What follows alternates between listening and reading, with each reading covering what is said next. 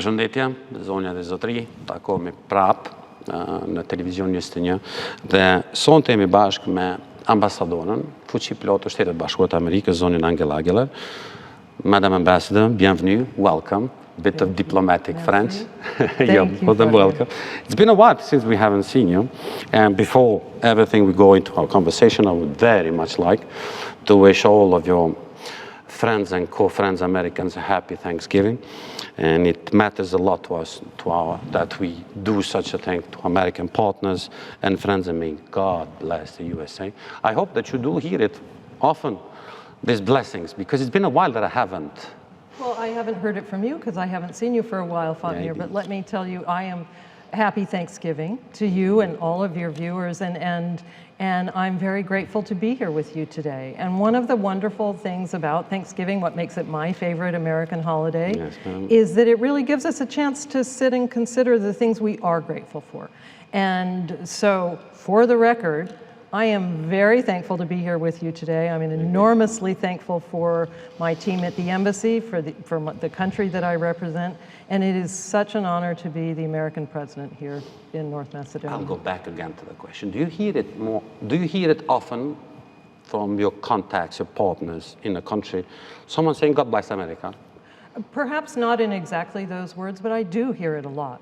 And I really do. Not on those words, but you do hear it a lot. I hear very much people, and you and I talked briefly about partnership, about how important this, not only the partnership, but the friendship between our two countries. And you know, it's the 30th anniversary of especially of this blessed holiday. Exactly. Yeah, you're marking 30 years. And we are actually, both countries. And actually, what's important about that is actually this partnership is older than 30 years. We have been doing things together and working together on shared values and shared goals for longer than 30 years.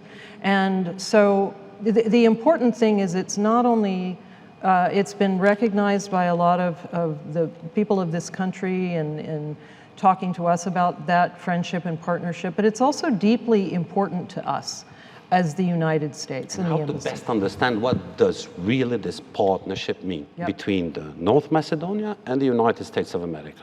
What does it really mean? In my view, it means recognizing that you have shared values and shared goals, and then working towards them. And working towards them in a way that benefits both of you. Because a partnership is not like a big brother and a little sister kind of relationship, or one of those. It's where both parties have something to gain and something to lose if that partnership doesn't work out. And the partnership works best when it's genuine and when it is based in that foundation of having things that we both care about and that will benefit, again, as I said, both of our countries. So what do we share as common goals and values? I'm very interested to know. Since you say that it's the partnership, it's based on exactly those two premises. What do we have in common? We both believe in democracy. It takes different forms, or forms of government are different in our two countries, but we value the individual just as we value the communities. And so having a foundation of one, for example, economic stability and growth are incredibly important to your voters in this country, to the public in this country, and they're incredibly important to us to help promote that. Not only is it positive for American businesses, but having a stronger economy in North Macedonia is incredibly beneficial to the United States. Security comes from that. Our shared security is another one. And you know, of course, the NATO membership of this country was a real milestone. Huge milestone. And we are very proud to have been an active participant in seeing that happen, because this country has also been a very important ally within NATO and a contributor, a serious contributor, and a country that recognizes the importance of having a stronger European alliance and transatlantic relationship. Well, believing and working to that end is not that, I mean, believing, definitely. Sharing some values, yes, but working on enforcing those shared values and such, it's not that we are satisfied as public opinion, never. But in the past 3 decades, the public opinion as well has shown, how should I put it best, they showed as well some attention to Russians, because we have the public opinion as well is shifted here. We have as well huge numbers, when I say huge compared to the region, besides leave Serbia out, which are extraordinarily high. Why is it so, in your understanding? Well, history. I know it's a free matter, and one can think what they want and cherish whom they want. Yes, Yeah, of course. But I would also suggest history. There's a history of interactions throughout the Balkans, and frankly, that's true of other countries as well. And yet, as the American ambassador here, my concern is about how we as the United States are interacting with this country. And so it's not, for us, it's not a competition. It is, what are we doing as the United States? Yeah. Nice to hear that. I'm fine. I will simply say that you know, our goals here don't change. Our goals don't change in terms of how we are. Your current interests. Everyone says, America has its interest in Macedonia. What are your interests in Macedonia? Very honest. To genuinely, and I'm being very honest with you, to have a safer, stronger, more secure country that has a vibrant democracy, whose citizens... This is all in wishful thinking. Safer, securer, it's not. Does it mean that it's not safe, it's not secure? The democracy is still at that point? We can all do better. Of course, but both you're of our saying countries safer. can do. I have to ask you, does it mean that we're not safe and not secure enough? No. Okay. Because if I were saying that it isn't safe, then I would say you need a safe country. Okay. You have a safe country. Yeah, you have a safe country, and one of the things that makes it safe is being a member of the NATO alliance. And as with all countries, you can do more. We can do more in making it safer. I think you would agree that it's certainly possible to make it more prosperous by building the economy. I would agree, but the government, how they function, it's not that I would agree a bit about it. Well, I'm not going to comment on the various activities because, frankly, I have seen for the United States, and I can't speak for any other embassy or ambassador, but certainly in the interactions that I have had with this government since they were elected, that they have worked to open business with American companies, that we have seen businesses that were U.S. businesses that were here doing more work, and they have also been great partners and interlocutors on the tariffs. They have been working very closely with our Treasury Department and Department of Commerce and the White House on finding solutions that are good for trade for both of our countries. And that is how you build... That the U.S. as well will trying to diminish the taxes totally towards North Macedonia, whatever? Or towards the region, since the government is working on? Because my impression and my belief, because I've seen it in action, including with your terrific ambassador in Washington, Zoran Popov, that it comes from a genuine desire to again, we have a strong relationship, but to further strengthen that relationship, the economic relationship, the trade relationship with the United States. And again, this is to both our benefits to have that happen. So I really welcome that as the American ambassador here. Talking about the results, since you mentioned it, and then we'll go back as well to the EU integration as the government, what is it doing? Whom did you call or did you meet to congratulate about the election results? First, the parliamentary, because we haven't seen you for quite some time, and the local elections as well. Have you called or met anyone to tell them congrats for the results? You know why? Because usually we hear them, yes, we had the embassies greeting us saying congratulations on the results, and then going up to the embassy, it's either holiday and the next day it's not a news anymore. So what have you understood you? Did you meet or call anyone? I actually had a Thanksgiving event at my house last night, and I met a number... About the results of the election. Yes, I'm getting to your point. And I met a number of the new mayors who I have not met until last night, and it was... But you didn't call anyone? No, because it was, first of all, it's local municipal elections. And it's not that you knew the candidates. And for most of there are many, especially around the Skopje area, but beyond in the country, who I don't know. And so I was able to meet a number of them last evening, and I'm very happy for them. And they have an opportunity now to prove themselves as mayors, as all elected officials have. Once who won the elections? If you haven't called anyone, who won the elections? That's difficult. It's a very interesting question for the Albanians. Who won the elections, the parliamentary ones? That's why I said, did you call anyone? No, for the Macedonia, we know who won, Roma. But from the Albanian side, who won? I didn't call anybody after those elections either. But who won the elections? I really did. Well, obviously, the Vlen coalition and some of the others joined with the VMRO to create the government. The elections? That depends on how you're counting it. No, it depends because on what in a parliamentary system... I'm not the opposition, I swear. No, I am not. I understand. Because it depends how you're counting. It's not on me, I'm asking you. It's not, like the United States, it's not a pure count. And because you have a parliamentary system, which is different than our system, indeed. And we have the Electoral College, which is Winner a takes whole all. other conversation, where somebody can get far fewer and still win. But it's who can create the government. That's more who can important than build who the won the government elections. Coalition? Isn't that the case within parliamentary structures? I'm not saying is it or not. I'm asking you who won the elections. You're saying that whomever formed the government. Define. Did they won whomever formed? Define win. Well, I'm going to define win, madam. You and I know what win means. I mean, very diplomatic, but. But it's not simply by numbers. And if by winning the definition is who joined the government, then that's a different answer. We can talk about who won, and if you want to say it, you say it. If not, it's all right. Highest number of votes, but generally speaking, in a parliamentary election, it's who is able to put together a coalition. And then just let it go and move on with the life.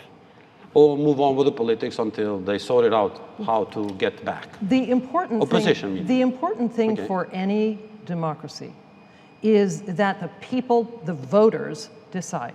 Not a foreign embassy, which is very important, not international observers. It is for the voters to decide. And I think what you found, what I found in the municipal elections was that many voters were taking their impressions from the first almost year and a half of this government and voting based on their expectations and whether or not those expectations had been met. And so, and I think You're that's talking normal. about the local elections. Yes. They right, because and generally speaking, particularly in this country, as I've been looking back historically, they can inform both the turnout and the decisions from local elections after a national election. Yes, of course. That's traditionally that's how it was meant to. But still, we don't. It's not that we know exactly should this debate continue still when you have polarization among the Albanian population and the political representatives, that not everything is in order and everything was just let down, let it happen. Was it the case as far as you're concerned? Honestly, Vladimir, I don't know. I can't speak for the voters of this country. No, not the voters. I'm saying the polarization of the voters as such. Well, I think it does come back to the voters, though, because is there too much focus on ethnic divisions in this country? Yes. Is there any ethnic division in this country, first of all? I believe that there is a great deal of discussion about that. But is there ethnic division? I can only say what I observe, and that's what is discussed. And what I have observed, and what is important, and again, I go back to the impressions of the citizens. They listen to their politicians, regardless of which, and from which party those politicians come, and they make their decisions about, okay, I take what you're saying, I like what you're saying, and you will get my vote, versus I want to talk about the issues that are important to me. I want to talk, and this is what I have heard from so many citizens, and especially young people. Yes, but the ethnic division is beyond the voter, because it comes whether he or she likes it or not.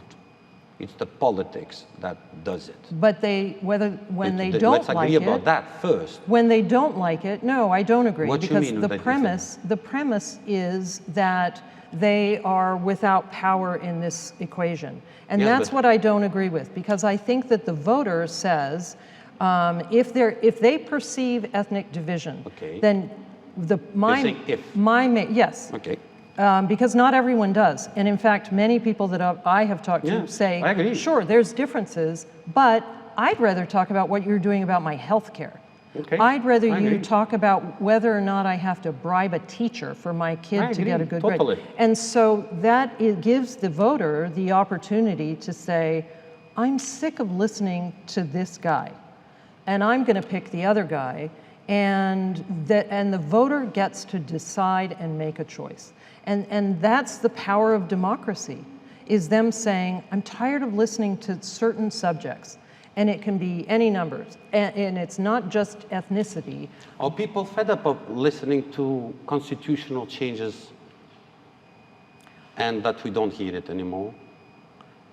I don't know that they don't hear it. I feel like I see it all the time. You tell me if they do, that someone is working something on the constitutional changes? I think that, yes. I am 100% certain that they are So you working. wouldn't agree with anyone arguing that you're turning a blind eye on the constitutional change, that this government isn't doing anything? Yeah, I don't believe that. You don't agree, or you don't believe that I you're do turning a not. blind eye? I know that they are working very hard in Okay. Brussels and in other European capitals to find a our solution. country, Macedonia, not Brussels. We know what Brussels has put ahead. We need to change our constitution. If anything changed, please tell me. We And need to change our constitution. that's right. That's what Brussels says. But I think the we have to government, do it. listen, whether I agree or not, this government Are there any other? has, Because now you're scaring me. Are there any other things that we don't know besides the no, constitution? but I know that you know that this government, because there are members of this government that are constantly in Brussels and Strasbourg and having these conversations. Being there, changing? I Being am not, there and working on a change? Listen, a very important point. The United States is not in the EU. I know, I know. But when you we talk know. about European, EU integrations, Euro-Atlantic integration, NATO and EU. Right. Without NATO, there is no EU. Look, I've never been anything but clear about the fact that I truly believe that this country needs to be in the European Union. In order to do that, there are certain is it processes. working on that There are path? certain processes Have they that have shifted to. from the tracks? I'm not in the conversations, Fatmir, but I can tell you that they are having conversations about paving the way. Now, whether that's effective or not, I can't speak to it, because again, I'm not in Brussels. I'm here in Skopje. I know. But that is beneficial, and it's Are you beneficial encouraged for 1 year because- and a half since we have this? No, but let's be very. No. Sorry. Are you encouraged that they are doing their utmost for the constitutional changes? I got here in November of 2022, so I've been here for 3 years now. I'm saying for this government. It's special. And I'm saying for all governments that I've observed, because I have observed for 3 years now, and I haven't seen anybody table a vote to say, let's Yes, but go. are you encouraged with this government? I am encouraged by the fact that I see that they are actively having conversations about paving the way and a process. Now, Can you translate what that means? Paving the way, the process wasn't it already there? I don't think The way it's in the as process? simple. I believe the conversations are saying this is not simply one vote for the Constitution. It's clarifying with the EU and with the Commission on the expectations. And that is important. And it is important to me as an outside observer, because it is, if they didn't care. It's important to the public as well to hear, Madam Ambassador, is she encouraged or not? For 1 year and a half, what this government has done. I mean, because you're not saying yes or no. I am. You just, Then let me answer as clearly as I can. I am encouraged by the efforts I see. Could more? Efforts. Yes. Of Could course, more more be can be done? done. Sure.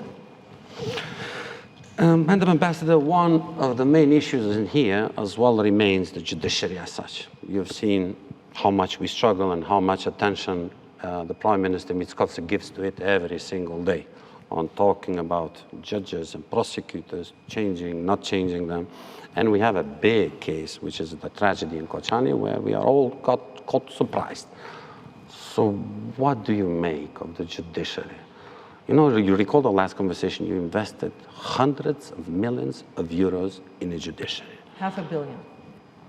I was ashamed to say it, $500 million, and we have 2% of the population who gives credibility to our judiciary system. Vladimir, now, that is one sector in which I am not encouraged. Going back to your previous question, I am not encouraged by that the Prime Minister is talking every day about the judiciary. What I would like to see is less talking from the Prime Minister about the judiciary and action within the judiciary. There are rule of law issues here that are simply not being addressed. And, you know, the Prime Minister is the President of the government, and he has a role to play. And if I understand correctly, that's not in picking various he has given himself a role as well to talk about every day. You've seen it, of course. I believe you see the clippings. We get clippings every day. Politicians talk about a lot of things. Yeah, I know. And so it's not for me to say whether or not he should say these things publicly. I think it would be better used to talk about things that are more fruitful. But the bottom line is things are not moving. I am also encouraged by the fact that we have this arrest with the EPART issues, and that is very important. I do not believe that one person alone is guilty in this. I think we can all be confident that there are many others that are involved in that. And, you know, going back to our personal investment and return on our investment, there are people across this country and this government that have roles to play now. There are prosecutors. Can you be more specific? Policemen, investigations, prosecutors, judges ensuring that there are timely hearings and decisions made. There are a lot of people responsible for taking action on this and holding. And here's an important point for me. It's like the Prime Minister is partially right. No, let me. Because he's talking the same thing, that the judiciary is not working, the prosecutors are not working, the judges should be shifted. He's saying the same thing. My issue is not. You're not saying the same as the Prime Minister. I am not saying the same. I am not saying you should fire these people. You shouldn't give these people. First of all, there has to be a system for ensuring that the judiciary has the support it needs and that everyone plays their role under the law. That is not happening, and people know it. People know it and watch it and see it, and they see how long court cases take. And my only wish and desire for this country is that people do their jobs. Those for whom it is the job, whether it's a police investigator, whether it's a financial investigator to go through information, to do their jobs. But if there is so much political interference, how can a police officer, a prosecutor, and a judge do its job? That is. I mean, you can only political interference. You can only use that. Is there political interference in the judiciary? I'm sure there's some. You're sure there is some? However, I'm also sure that there has to come a point where people of goodwill, honest people, have to say, I don't care who calls me, I'm going to do my job. And you, as taxpayers, need to demand that those people do their jobs. You know, we're talking about prosecutors and judges, and I agree, but what about doctors? If your job is to heal people, then I shouldn't have to pay you a bribe in order to see my mom if she's sick. People need to, really, I feel very strongly about this, that I understand that it's very easy to say, I can't do my job because there's political interference. At what point are people going... Well, it would be easier to say, this one called me, or that lady or this gentleman called me and said, change it. That would be easy too for us. That would be easy. Yeah. I mean, go ahead. Why, you know, there should be, I was talking to somebody. Not that we heard you encouraging people, do and tell us who called you. No, you didn't right now. I actually was talking to You were saying, like, you know, they should do their job instead of complaining about political interference. Or tell people. It should be even better to tag someone saying, wouldn't it be great? This, let me go check it out. Wouldn't it be great to have somebody, whether a judge or prosecutor, say, I've experienced political interference and I'm not listening to it. I experienced it from this person saying that. Yeah, please. Sure. And instead, give us a name. We would love to, hear him or her. Yeah. They definitely believe more to you than to the media. Well, to the U.S. Embassy than to the media. Otherwise, we would have people on here because we call them every day. Yeah. No, I understand. And again, what I was going to tell you is that we have a woman who just returned from a Fulbright in the United States. And one of the things that she is working on is the ability for citizens, and it started out on a very local level, but for citizens to call and report corruption. Two issues, because we're running out of time. I see my crew telling me. One is, what do you make of the Kochani case as such? Do you whatsoever, any way, shape, or form, have any indications, had any indication that there was some foreign involvement in the tragedy or whatsoever? Just to clarify it, I really want to know from your side about it. Have you ever heard that? And second, from a human point of view, how do you see the whole process as of now? I have. Have you heard about it breaks my heart. I mean, interferences from abroad, like you have this country being involved, that one. None at all. Because the Prime Minister was telling to XYZ inside, I doubt. Did he ever told you that he doubts something? No, I have no information, and I don't believe there was foreign interference. Okay. It is a case that absolutely breaks my heart. Yes. And all of our hearts. And my concern with Kochani is, first of all, for the other kids especially that were there, yes, they are going to suffer from this for their whole lives. For the whole life. But also the whole community. I mean, this is a wonderful community that, and I've had a chance to meet many of them, and they are trying to rebuild their lives, and they are going to have a hard time doing that. And so my heart goes out to them, as well as any kind of help and support we can ever give. And I also wish for them and the families of those that were lost, that again, going to the judicial process, that it happens in a very, very transparent and clear way, whether it's streamed, however it's handled, so that those family members can say, you know, I will never get my loved one back, but I know that this is happening in a way that I can understand and follow. And that is my only prayer for those people. Last issue. Last but not least, I would have talked to you even more than this in 30 minutes. The issue of the Corridor 8, how is it going? Are you visiting the sites? Because I was told that they saw you on site a couple of times, so I have to ask you, are you or not? Is it true or not? And is there any issues that we need to know? Yeah. That everything is smoothly, not smoothly? I thank you for asking, because I'm very interested. Yeah, it really. Very, very, very interested. And me too. I am so really pleased that with the progress that Bechtel and Inca have made with Corridor 8 and Corridor 10, as they're working on the two aspects of it. But with Corridor 8 in particular, the reason why, not only because we have just a world-class American company that's working on this, but really from a NATO standpoint, from a strategic security standpoint, Corridors 8 and 10 are critical. And the great benefit of that is not only does it enhance security in this country, but it also increases trade. And it will be wonderful. And I have had a chance to visit a number of the construction areas.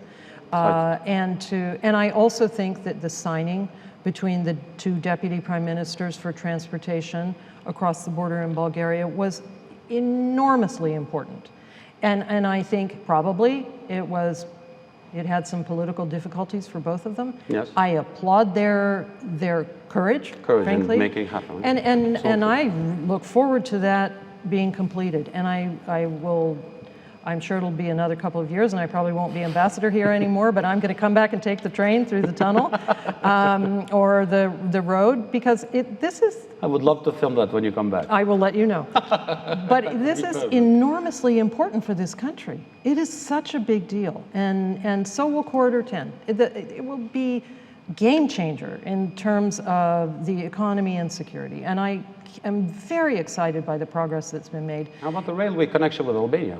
And that's incredibly important too. I know the UK is working on these things, and that is, look, if it's not an American company, I'm delighted to have my UK friends take it. But this is all really good news. And it's a real boon for the economy. Not only the construction and the jobs that brings, but boy, that movement is going to be, again, a real game changer. Madame Ambassador, merci beaucoup pour votre temps. Un grand plaisir.